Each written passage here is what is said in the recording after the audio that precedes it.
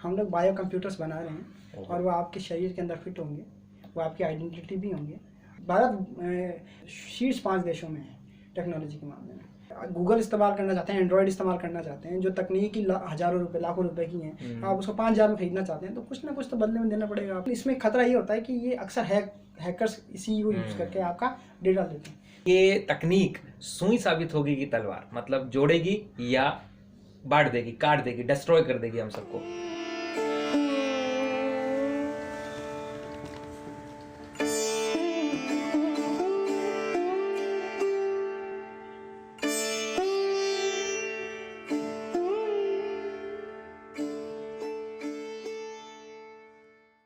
आप देखिए दो बातें हैं, आप पैसा भी नहीं देना चाहते और प्राइवेसी भी चाहते हैं। अगर आप पैसा नहीं देना चाहते तो आप एप्पल खरीदें, आप मोबाइल एप्पल का खरीदें, आपकी प्राइवेसी सुरक्षित है। उस पर ट्रू कॉलर काम ही नहीं करता। ओके, ट्रू कॉलर काम ही नहीं करता उस पर। तो आप गूगल इस्तेमाल करना चाहते हैं, एंड्रॉयड इस्तेमाल करना चाहते हैं, जो तकनीकी हज़ारों रुपए लाखों रुपए की हैं, आप उसको 5,000 में खरीदना चाहते हैं तो कुछ ना कुछ तो बदले में देना पड़ेगा आपको। आपकी प्राइवेसी है तो वो प्राइवेसी आप उसके बदले में ये जो फ्री की सुविधाएं खरीद रहे हैं, हाँ मुफ्त है। अगर आपको कोई अपना सर्च इंजन बेहतरीन इस्तेमाल करने दे रहा है, आप मतलब सब आपकी सारी, आपको जीमेल अपने 15 GB की जगह दे रहा है, आपको अपने सर्वर 15 GB की जगह, समझते हैं आप कितनी बड़ी बात है। उसके लिए उसने कैलिफोर्निया में कितना बड़ा सर्वर लगा रखा है, लाखों यूनिट बिजली की खपत होती है।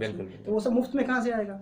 पैसा उसको तो देना है ना पैसा कहीं। तो आप प्रोडक्ट हैं, आप ना करें, आप खरीद लें। उसमें साफ साफ होता है। आप देखिए बहुत सारी वेबसाइट्स हैं जो 3 तरह के आपको प्लान बताती है। फ्री प्लान होता है, उसको कहते हैं कि हम आपका डेटा बेचेंगे।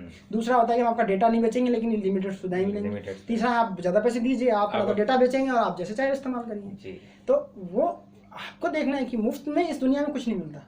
अगर आपको गूगल कहता है कि ये फ्री है तो फ्री नहीं है, बदले में आपकी प्राइवेसी बेचना। ये प्राइवेसी अक्सर हमने देखा है कि ये कुकीज करके जो चीज आती है, यहाँ बहुत लोग धोखा खाते हैं। ये आपका बहुत अच्छा तरीका है जो आपको कहीं ना कहीं आपके पीछे पड़ता है। ये क्या चीज है कि 2 तरह की कुकीज एक्चुअली क्या है, आपकी सुविधा के लिए बनाई हुई चीज है। सुविधा कैसी है कि मान लीजिए ये इसका प्लान तब आया था जब इंटरनेट नया था, ब्राउजर नया था।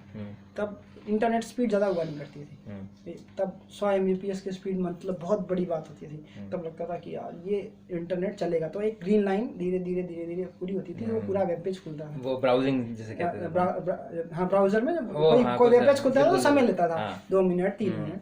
तो ये कॉन्सेप्ट क्या है कि मान लीजिए इसी ब्राउजर को दोबारा खोले तो भी 3 मिनट लगता था। तो वो क्या करता था कि वो अपना एक कोड सेव कर देता था। अच्छा, कि भाई दोबारा ऐसा खोला तो तुरंत खुल जाए क्योंकि ब्राउजर में सेव है पहले से ही।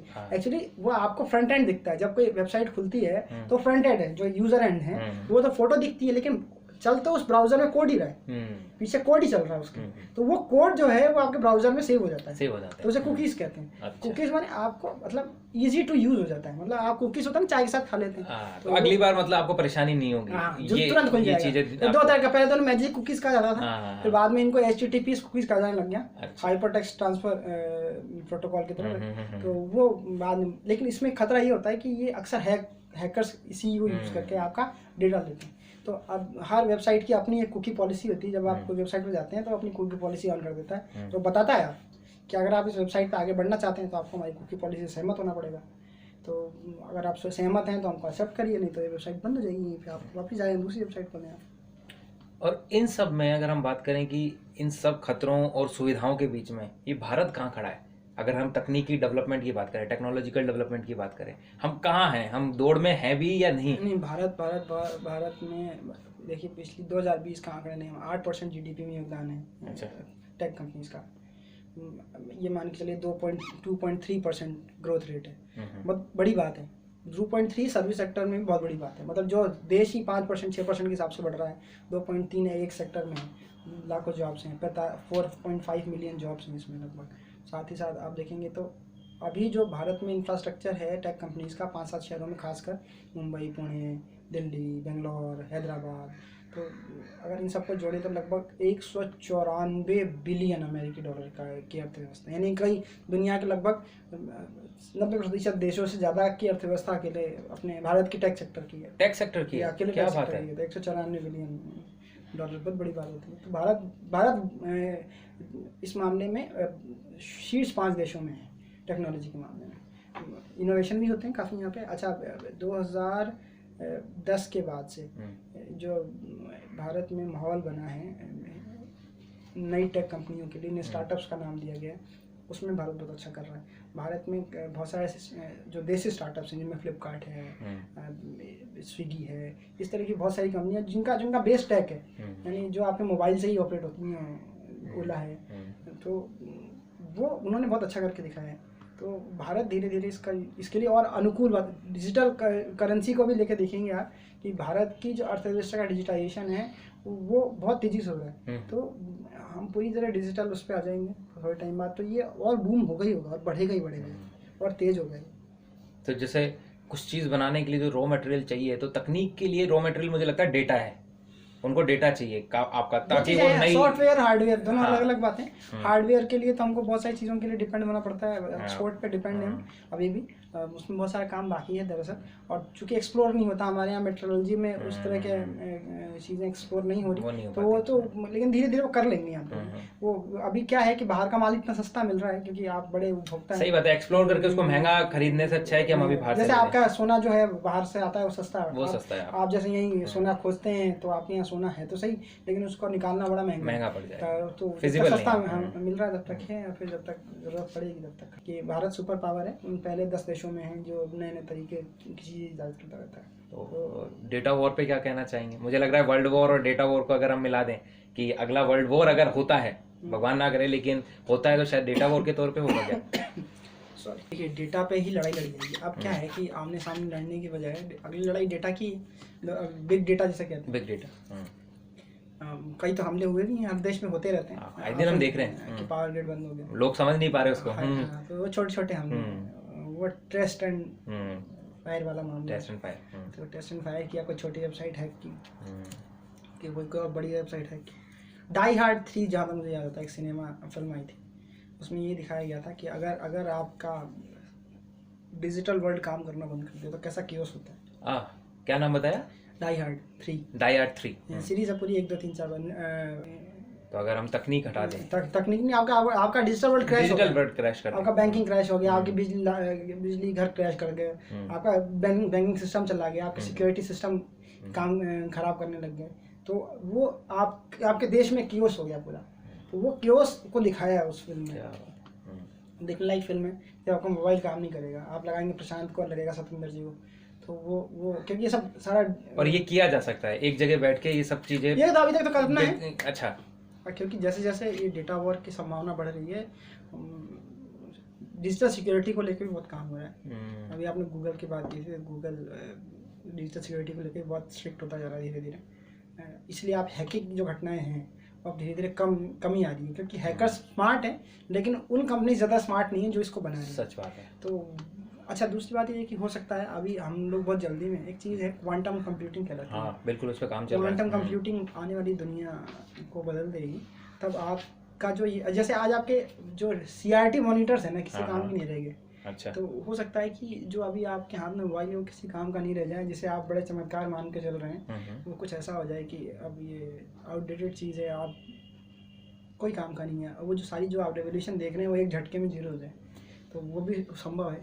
क्वांटम कंप्यूटिंग जिसे हम लोगों ने सक्सेसफुली इसको सस्ता कर लिया, तो दुनिया और तेज़ी से बदलेगी, दुनिया तेज़ी से बदलेगी ही, इसमें कोई दो राय नहीं है। आपने देखिए जो इतिहास का जो मेरा वो है, वो कहता है कि 2 लाख ईसा पूर्व आपने पहला पत्थर का हथियार बनाया था।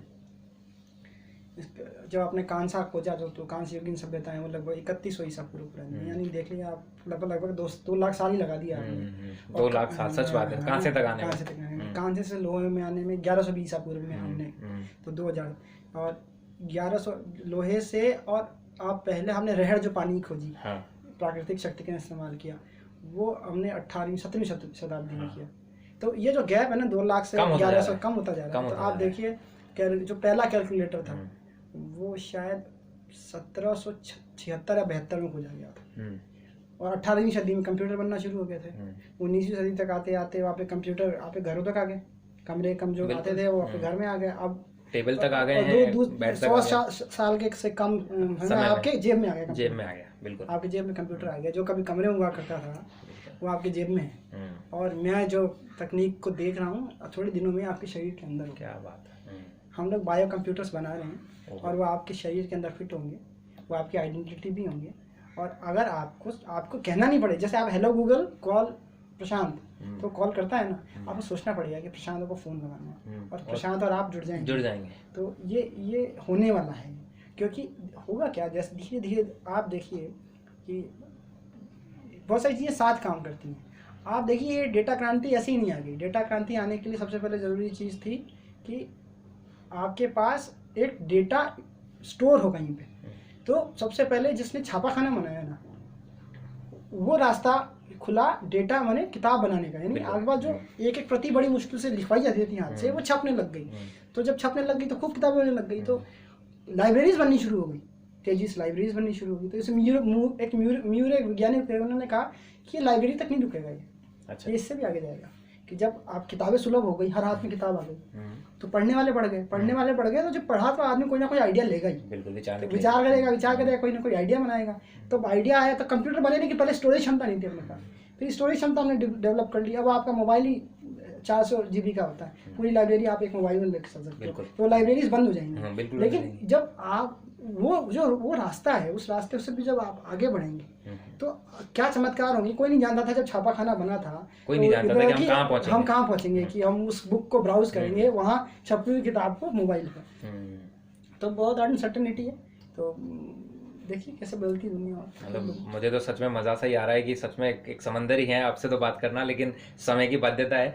मैं अंतिम सवाल पे इस चर्चा को ख़त्म करना चाहूँगा, और अंतिम सवाल ये है कि ये तकनीक सुई साबित होगी कि तलवार, मतलब जोड़ेगी या बांट देगी, काट देगी, डिस्ट्रॉय कर देगी हम सबको? देखिए तकनीक के खतरे हैं, इनसे कोई इनकार नहीं किया सकता, लेकिन आपको इसकी बहुत ज़रूरत है। ज़रूरत इसलिए है क्योंकि इसके बिना आप इस दुनिया को चला नहीं सकते।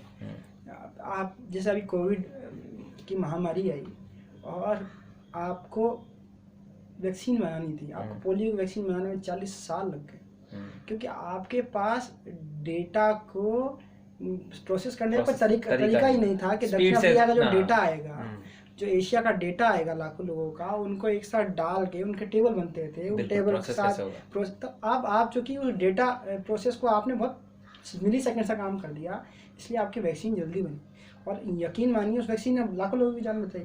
तो आप तकनीक से तो पीछे छुड़ा नहीं सकते, तो इसके फ़ायदे हैं।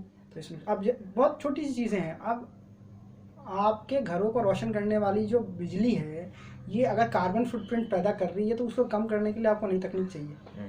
तो आप उससे बच के नहीं भाग सकते, क्योंकि इस दुनिया को बचाना भी आपकी जिम्मेदारी है, क्योंकि ईश्वर ने विवेक आपको ही दिया, जानवरों को इससे वंचित रखा है। तो चूँकि आप इस घर के, इस अर्थ के सबसे बड़े हैं, तो आपको सोच के, तो तकनीक के बिना काम चलेगा नहीं आपका, तो आपको वो चलाना पड़ेगा। भले ही कितने भी खतरे हैं, उस खतरे का सामना करते हुए हमने देखा है जापान को, हिरोशिमा और नागासाकी को देखा है, लेकिन हमने अपने परमाणु बिजली घर बंद किए नहीं हैं। हालांकि उसके अलावा भी हमारे परमाणु बिजली घरों ने भी बहुत सारी, चाहे चेरनोबिल हो चाहे जापान वाला हो, दोनों में हादसों में बड़े लोगों ने जान गंवाई, लेकिन हमने फिर भी उसको बंद नहीं किया, क्योंकि उसे खतरे तो हैं लेकिन फ़ायदे भी हैं। तो हमको तकनीक को तो छोड़ नहीं सकते, साथ चल नहीं सकते, चलना ही पड़ेगा। दवाइयाँ चाहिए, मानव को शायद विकास के लिए तकनीक चाहिए होगी, हमें आगे जाने के लिए तकनीक चाहिए। हमको पत्थर की कुल्हाड़ी से आगे बिल्कुल जाना पड़ा, तो आज हम खड़े हैं तो तकनीक के सारे खड़े हैं, तो आगे भी तकनीक के सारे ही पहुँचेंगे। हम जिस प्लेटफॉर्म में बात कर रहे हैं, तकनीक ही है, तकनीक नहीं संभव किया। मैं अपनी बात ख़त्म भी करूँगा, साथ में एक बात और कहना चाहूँगा कि हम लोगों को संतुलन खोजना पड़ेगा, ये तकनीक के साथ और अपने साथ, बस। अब वो संतुलन खोज लेंगे तो सब बढ़िया ही बढ़िया। आपसे बात करके काफ़ी सारे एक नए टॉपिक मेरे सामने खुल गए हैं जिन पे आगे बात की जा सकती है, लेकिन इस चर्चा को यहीं समाप्त करते हैं। और मैं आप सभी को जुड़ने के लिए धन्यवाद करना चाहूँगा, और आपको भी जुड़ने के लिए धन्यवाद करना चाहूँगा। आगे किसी भी तरीके की जानकारी इस विषय में आप चाहते हैं तो आप ग्रासरूट मीडिया फाउंडेशन के फेसबुक पेज या यूट्यूब पेज से जुड़ सकते हैं, और इस चर्चा को यहीं समाप्त करते हैं। थैंक यू, धन्यवाद।